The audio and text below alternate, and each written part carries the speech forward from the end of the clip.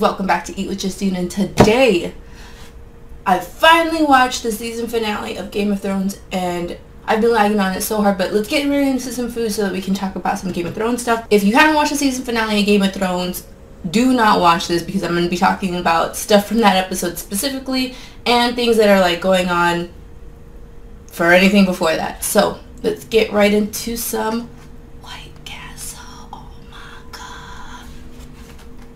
I got these in Vegas and I packed them to bring them down back with me back home so I could do a video on them because there's no way that I can get White Castle here on the West Coast at all. So let's eat.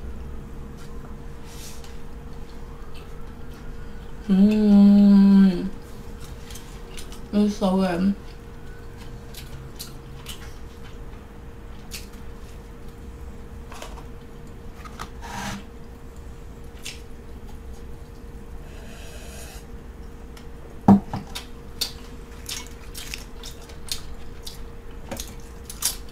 And to drink, I have a strawberry Fanta, pineapple Fanta, and then I have barbecue Lay's on the side.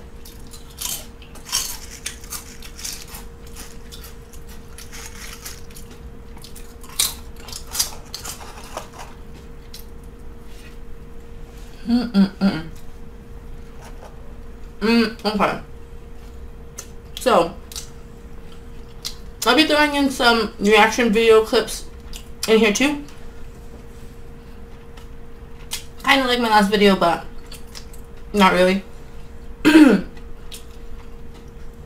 I had to break it down in 2 separate days because I was watching the season finale and then I was doing a reaction video and then my battery died. So you'll see me wearing one outfit and then another outfit for the second half of the episode. The first half of the episode was just like everyone getting together and converging to make this giant meeting between Cersei, Jon, Dany, and then everyone else that's in their party. And it was just so freaking awesome to see everyone. See everyone together again. Like, when I saw Bran and Tyrion and Podrick together, I thought it was so cool. Because, like, in season, what, 1, 2... No, 3 or 4, when they were my favorite group of characters, like, to be with each other was Bronn, Tyrion, and Podrick, because I always thought they were so funny.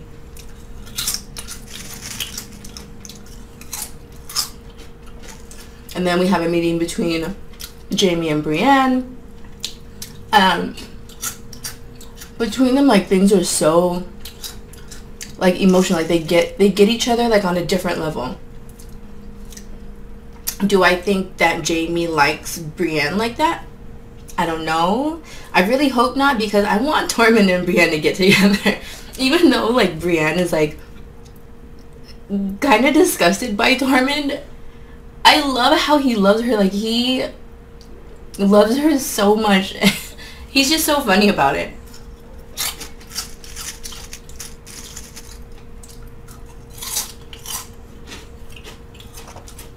Alright, hamburger number 2. Basically what they're doing is they want to team up together and then convince Cersei that, you know, this war between all them is nothing compared to the war between the living and the dead. They want Cersei's help to be able to kill the Night King, so they're there to ask for her help, and they brought a White along with them.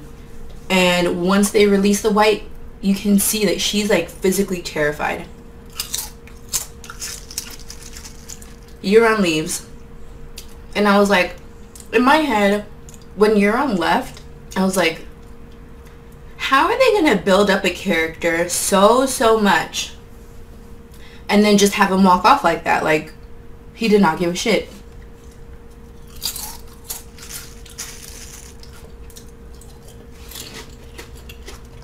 But I was like, maybe later he'll come back and then he'll change his mind and, like, do the right thing and be a good guy, and like, when the war is actually happening, you'll see his fleet come, and it's going to be amazing. I don't know, something like that. But, like, I didn't want to think about it at the time because there was so much stuff going on. Cersei was so close to, like, making this allegiance happen. All she wanted was for Jon to kind of, like, pledge allegiance towards her. And Jon, being the Jon that he is, he was straight up like, sorry, I can't. I already pledged allegiance to Dany. Everyone was ticked off at him, but honestly, like, that's why I love Jon. So honest, so pure. But sometimes, like, come on, man. Come on, Jon. So Cersei's like, forget it. If Jon doesn't want to bend the knee to me, then this whole deal is off. You guys can go off and gallivant with each other. Peace out. I'm out. Tyrion runs after her to try to get her to change her mind. And I feel like she's going to kill him. And I was like, Tyrion, no. Why? I love you. Why do you have to go after her? You're going to die. So they're talking. And then I think Cersei was going to kill him, but I was like, but she didn't. And I was like, somewhere deep down in her heart, like, she still has love for her family. At the end of the day, regardless of all the shit that she talks about Tyrion, like, it's still her family.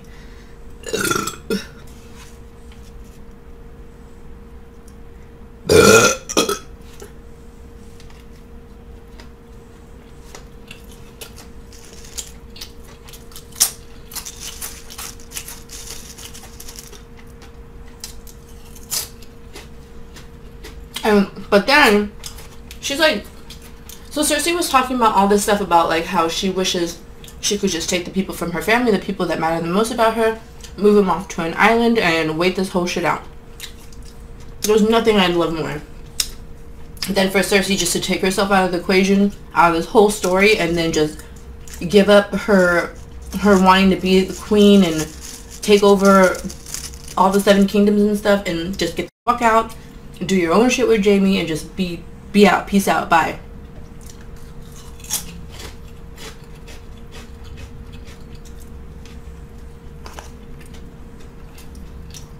But Tyrion's like, you're pregnant. But I guess by the way she was talking, and he noticed like that she touched her belly and stuff, so we left it off at that. And that's what really, really scares me about this whole situation, is because if you don't see the full conversation all the way till the end, shit is happening. What the fucking Cersei up to? I feel like Tyrion and Cersei probably plotted like some kind of plan to do something. I don't know what it is, and I'm so scared. I feel like Tyrion, this is definitely like setting the stage for Tyrion to backstab Dany in the worst way. And I'm scared. I'm scared of where it's gonna go, because Dany trusts Tyrion so much. We'll see. So, everyone thinks like, you know, now that Cersei has changed her mind and they're all gonna work together and be, you know, fighting the dead together. But then she tells them that, you know, it's gonna happen, but she freaking backs at them. She's like, huh, I only said what I had to say, but do you really think I'm gonna be doing that? And Jaime kind of flips out on her. And he's like, frick, you gave your word as the queen that you were gonna do this, and back then, like, that's all you had. Word was bond, you know?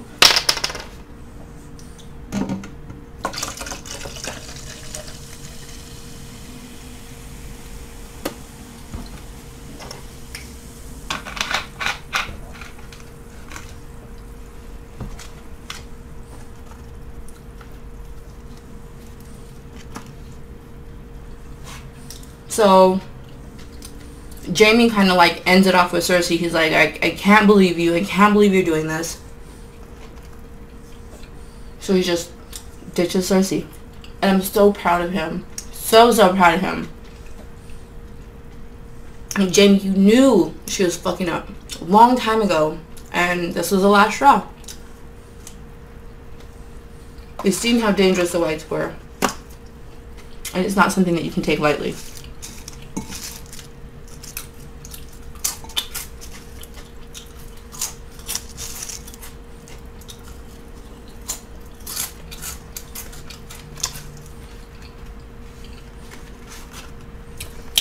So back at Winterfell,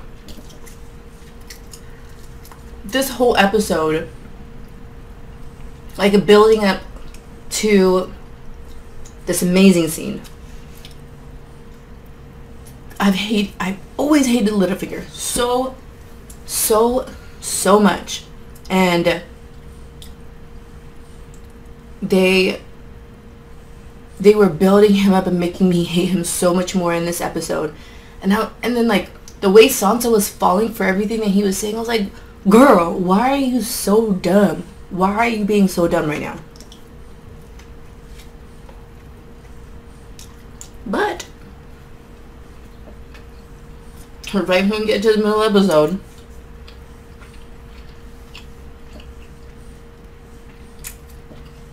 I think Sansa's gonna do something so stupid towards Arya. So dumb. But she flips it around. It was so badass. She flips it around and she was like, Lord Baelish. Lord Baelish.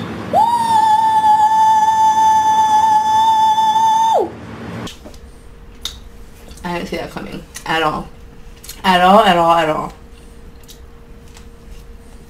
You are a treacher. And they know everything now. And I think it's because of Bran. I think Bran has told them everything.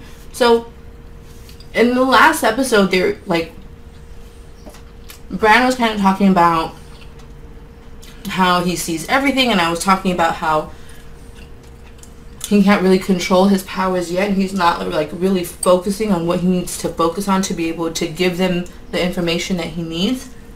So I think now Bran is getting more of a grasp on his like three-eyed raven powers, so we can like focus on certain things and actually see things that he needs to see. So he's told Arya and he's told Sansa of everything that Littlefinger has done. And oh my god, they come down on him so fucking hard. I loved it. I loved it so much. It was so good.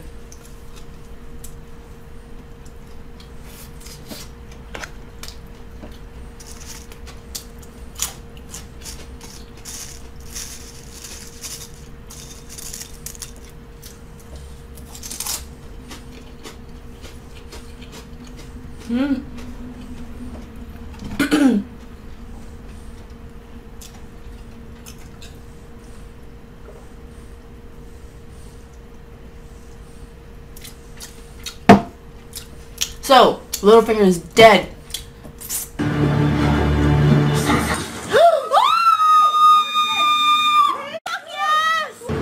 Oh my god, you dead. All thanks to Arya. Well, thanks to Sansa and thanks to Arya. Sansa, being the lady of the house, had to carry, put the sentence in, and Arya just fulfilled it and carried it out. And she didn't even flinch. It was so badass. Oh, we see Samwell. Sam!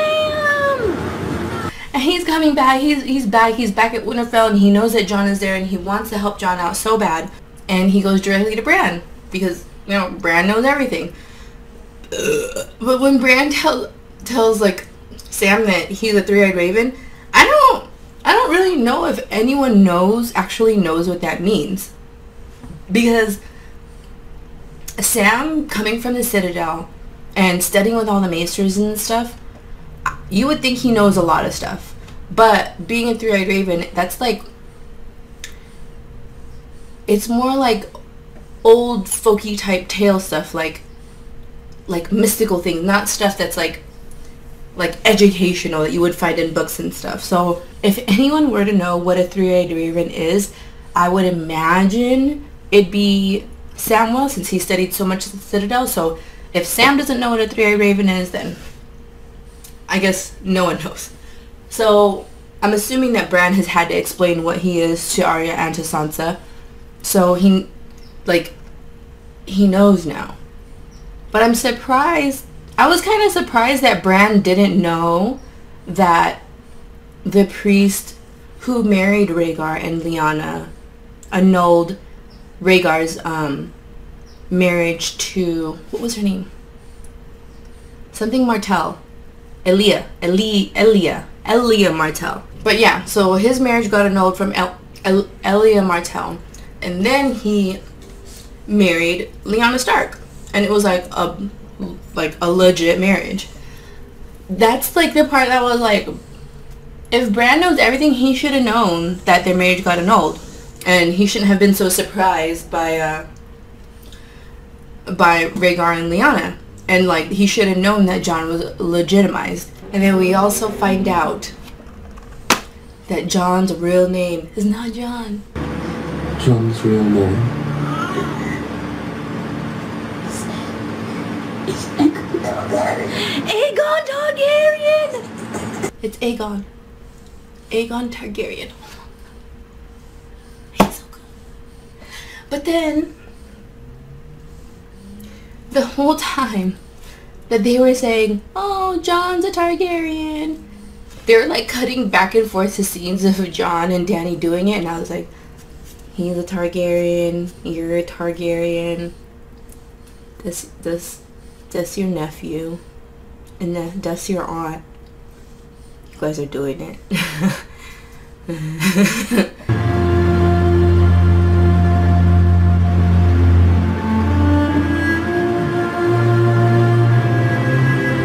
They're gonna do it. That's your aunt. Now you guys are doing it. I don't know. I mean, it kind of scares me because Bran emphasized so much to Sam that they need to tell Jon about his lineage and how his bloodline and stuff. They emphasize it so much.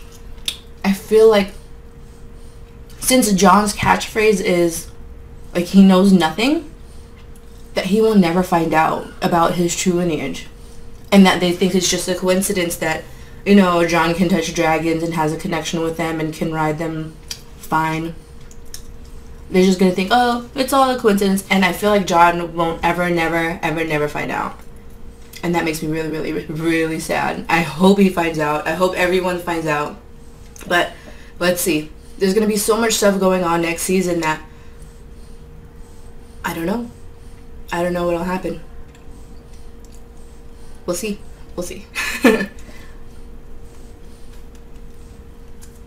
And the final thing,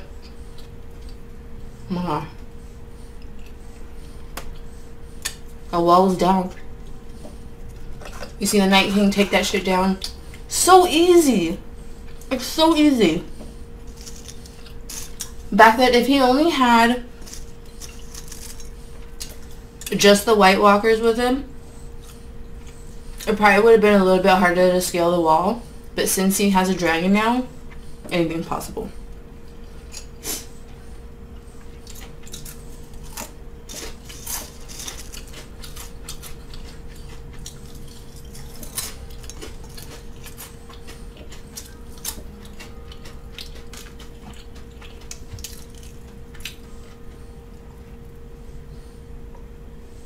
In the comment section below, let me know what you thought of the season finale for Game of Thrones this season, and let me know if you think that the same things that I'm thinking, or if you have any other predictions for next season, because that's all I've been doing recently is just reading like fan fiction of predictions, what's gonna happen, what other people's theories are and stuff, and I love this kind of stuff. So let me know in the comment section below, because I would love to read it. I would love to read all your theories and everything.